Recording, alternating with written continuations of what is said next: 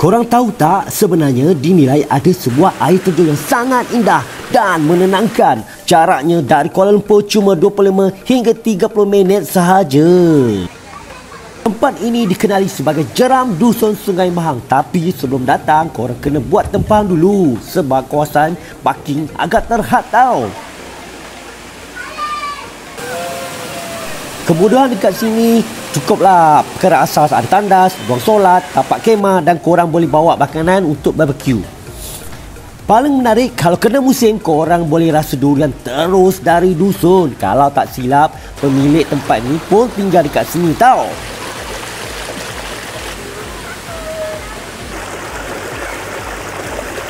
Sejujurnya, aku sendiri agak terkejut bila tahu tempat ni wujud, cantik, tenang dan memang sesuai untuklah lari sekejap dari kesibukan kerja korang tu.